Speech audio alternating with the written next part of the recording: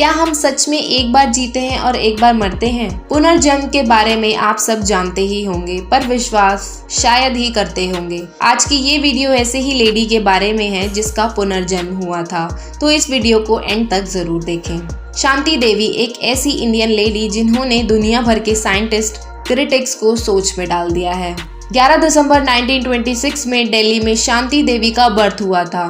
कहने को तो 3 साल की उम्र तक वो कुछ बोल नहीं पाई, पर जैसे ही वो 4 साल की हुई उन्होंने ये क्लेम करना शुरू कर दिया कि जिस घर में वो रह रही हैं वो उनका असली घर नहीं था। उनका असली घर दिल्ली से 160 किलोमीटर दूर मथुरा में है। शांति देवी ने अपने फादर को अपनी पास्ट लाइफ के हस्बैंड और बच्चों के बारे में भी बताया। पास्ट लाइफ के बारे में तो सब बात करते हैं, पर जिस तरह से शांति देवी ने पूरी डिटेल्स में बताया कि कहाँ रहती थी, कौन उनका हस्बैंड था, कौन बच्चे थे, उसे कोई नहीं कह पाया कि वो झूठ बोल रही थी या सच। जब शांति देवी ने 2 सालों तक ये क्लेम करना बंद नहीं किया तो उनके स्कूल के हेडमास्टर ने सोचा कि वो मथुरा जाके कंफर्म करेंगे। एंड गेस व्हाट, मथुरा में उन्होंने एक व्यापारी को स्पॉट किया जिसकी बीवी लुगरी देवी 9 साल पहले एक बच्चे को जन्म देने के 10 दिन बाद ही चल बसी थी। और उस व्यापारी में वो सारी चीजें मिली जैसी शांति देवी ने बताया, जैसे उन्होंने चश्मा लगाया था, उनके लेफ्ट गाल पे एक स्पॉट था। ये सारे फैक्ट्स अपनी आंखों से देखने के बाद हेडमास्टर ने डिसाइड किया कि वो शांति देवी को उसके पिछले जन्म के हस्बैंड यानी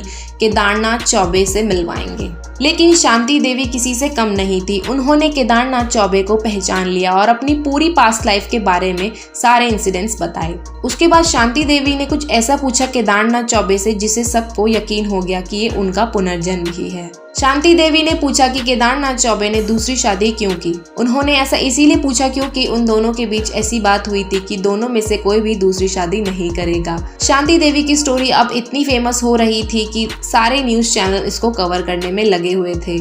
1930s के टाइम पे जब इंडिया फ्रीडम के लिए लड़ रहा था, तब ये बात महात्मा गांधी के कानों में पड़ी और इस खबर को सुनते ही वो शांति देवी से मिलने के लिए क्यूरियस हो गए। और उनसे बात करने के बाद महात्मा गांधी ने पुनर्जन्म की स्टोरी को प्रूव करने के लिए 15 लोगों की कमेटी भी बनाई। पूरे देश में इस न्यूज के चर्चे हो रहे थे। वो 15 लोग शांति देवी को 1935 में मथुरा लेके गए। स्टेशन पर उतरते ही शांति देवी ने एक अनजान इंसान को पहचान लिया और कहा कि वो उसके जेठ जी थे। और सब सरप्राइज थे क्योंकि वो सच में केदारनाथ चौबे के बड़े भाई थे। और उन्होंने अपने मथुरा वाले घर तक का रास्ता भी बताया जो कि बिल्कुल सही था। उन्होंने अपने घर की सारी चीजों के बारे में बताया और उन्होंने ये भी बताया कि एक स्पॉट था जहां उन्होंने कुछ पैसे भी रखे थे। इन्वेस्टिगेशन टीम को वहां जब पैसे नहीं मिले तो केदारनाथ चौबे ने बताया कि उनकी वाइफ की डेथ के बाद उन्होंने वहां से सारे पैसे ले लिए थे।